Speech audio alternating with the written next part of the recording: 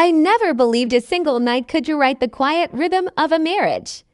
But now I can trace every fracture in my life back to that weekend to a question that was never meant to be answered seriously. My name is Adam. I'm 35, married for 8 years. To Rachel, a woman who once made every room feel brighter just by being in it. We met in college, fell in love too fast, married too young, and built a life that from the outside looked nearly perfect. We had good jobs, a modest home, friends who envied our stability. But behind closed doors, something had begun to fade. Not love exactly, but warmth. Our conversations had become logistical checklists. Bills, groceries, deadlines, nights passed with. US on opposite sides of the couch, phones glowing where our faces used to. We weren't fighting, we're just quiet. Then came the Millers, Jake and Emily. A couple we'd grown close to over the last 2 years. Jack was everything I wasn't. Outgoing, impulsive, effortlessly charming. Emily, his wife, carried herself with a kind of soft confidence, the kind that made Yowen to understand what she was thinking. Together, they made marriage look fun again, like it still had mystery left in it. So, when Jake invited us to a cabin weekend for his birthday, no kids, no responsibilities, just laughter and good wine. It felt like the escape Rachel and I desperately needed. The first night started harmlessly, music, food, the crackle of the fire. And then as the wine emptied, the joke started. Jake, with that trademark grin, leaned back and said, "You ever wonder what it would be like to switch things up? Just for one night?" Rachela'd shaking her head, but there was a flicker in her eyes, a glint of curiosity I hadn't seen in a long time. Emily said nothing. Only sipped her drink and looked at me with a gaze I couldn't quite read. The air shifted then. The kind of charged silence that follows a dare you secretly want to take. I should have broken it with a law made it all go away. Instead, I said something that would haunt me long after the glasses were emptied. Would I truly be so bad to find out? The room went still. Jack smirked. Rachel stared. Emily's lips parted just slightly, not in shock, but intrigue. And in that single moment, before anyone spoke again, I felt the ground beneath my marriage begin to tremble. The morning after that conversation, the air between us felt different, to like a string pulled too tight. No one mentioned what had been said. We pretended the night before had been nothing more than drunken humor, but every glance, every silence carried the memory of it. Jack was the first to break the illusion of normally. "So?" he said over coffee, his grin casual but deliberate. "We all survived. The wine, right?" His tone was playful, but his eyes lingered on Rachel just a second too long. She laughed, stirring her cup, yet I could see theft and pink rising on her neck. It wasn't jealousy that struck me. It was confusion. When had we become people who could laugh about something like that and mean it, even just a little? I tried to shake it off. We spent the afternoon hiking through the woods that surrounded the cabin. Rachel walked ahead with Emily, their laughter echoing between trees. Jake and I trailed behind, our conversation light, meaningless. Viewed as I watched the women, their shoulders brung, their voices mingling, I felt a strange detachment, as though I were observing someone else's life. When we turned, the sun was low and the cabin glowed with the warm orange of dusk. Emily offered to make dinner. Rachel joined her. From the kitchen came the clatter of plates, the sound of two women who looked too comfortable with one another's husbands nearby. Jake poured us each a drink and sank into the couch. He said, his voice low. I wasn't kidding. Last night, sometimes people need to reset, remind themselves what it feels like to wanted. I looked at him, unsure if he was provoking me or confessing something real. "And you think that helps?" I asked. He smirked. "Sometimes it does." His words shone. They're weighty and dangerous.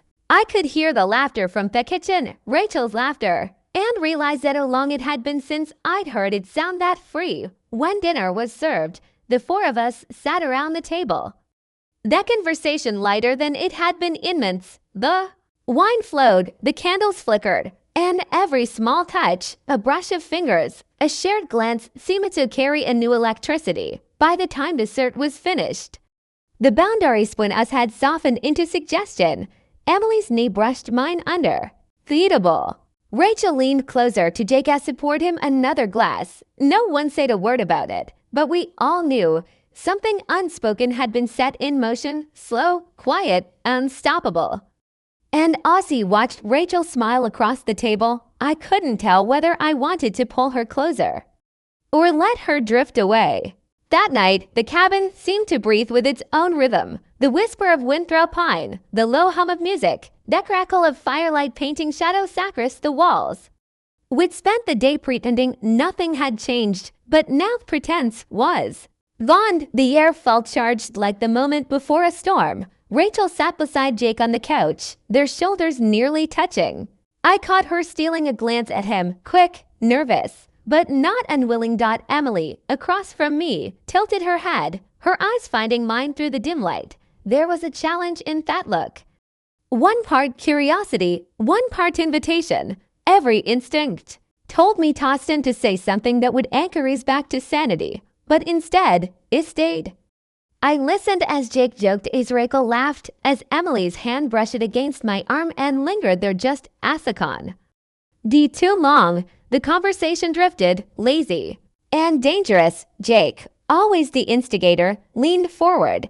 You ever think about how people change? He said, 8 years married and you start missing the version of yourself you used to be. Rachel nodded before Ish could stop herself. Sometimes I feel like I forgot who that woman was. She murmured, her words pierced deeper than she knew. I wanted to reach for her to remind her she was still the same woman who danced barefoot in our kitchen on our first night together. But I didn't move. Emily leaned closer, her voice soft. Maybe we all just want to feel seen again. That single sentence shattered what little distance remained. It was Emily who touched my hand first, but I didn't pull away. Jake's eyes flickered toward us, and I realized he wasn't surprised, almost as if he'd expected it. Rachel looked between us, her lips parting in disbelief, then closing again without protest. The silence that followed was thick with understanding. No one said yes, but Noon said stop either. Later, when Rachel and Jake disappeared upstairs, I sat frozen beside the fire.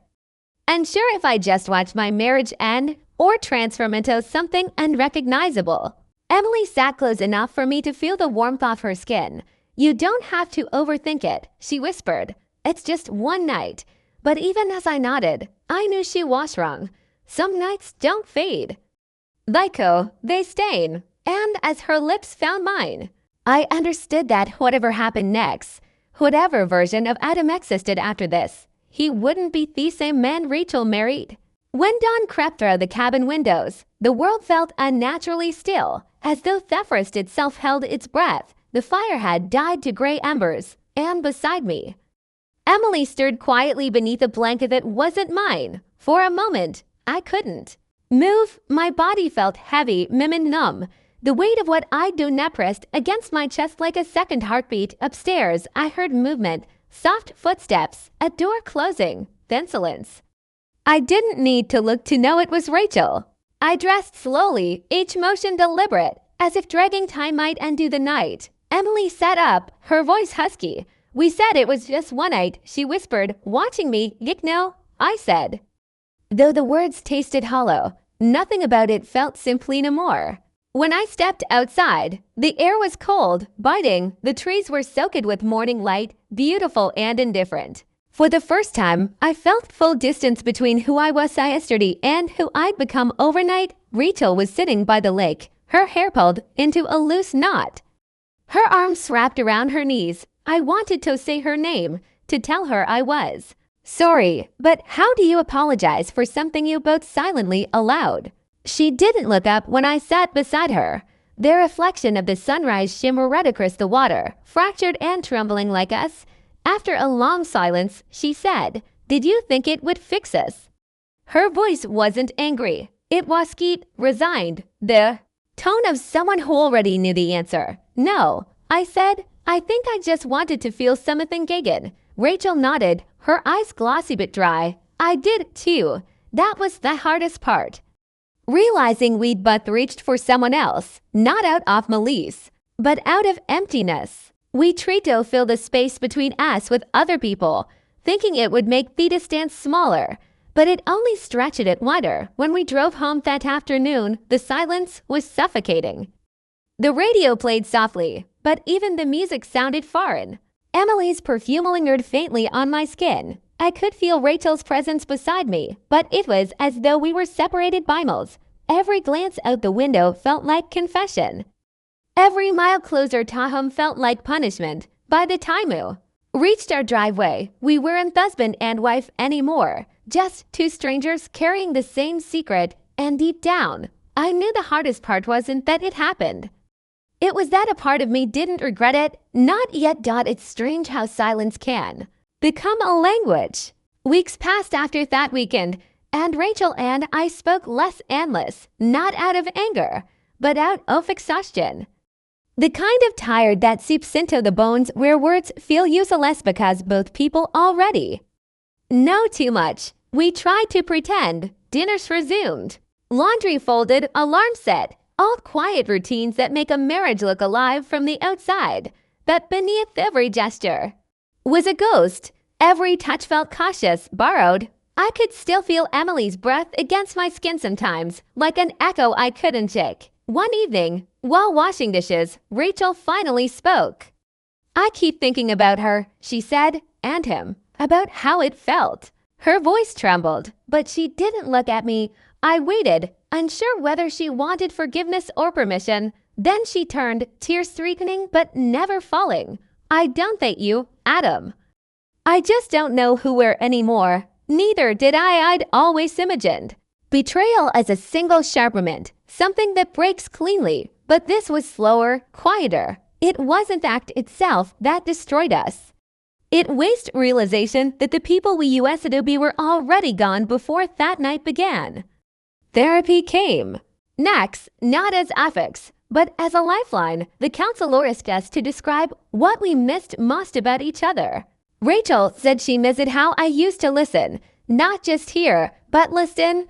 I said I missed the way she used to look at me like she saw more than who we'd become. We're still trying. Some days are hopeful. Others heavy.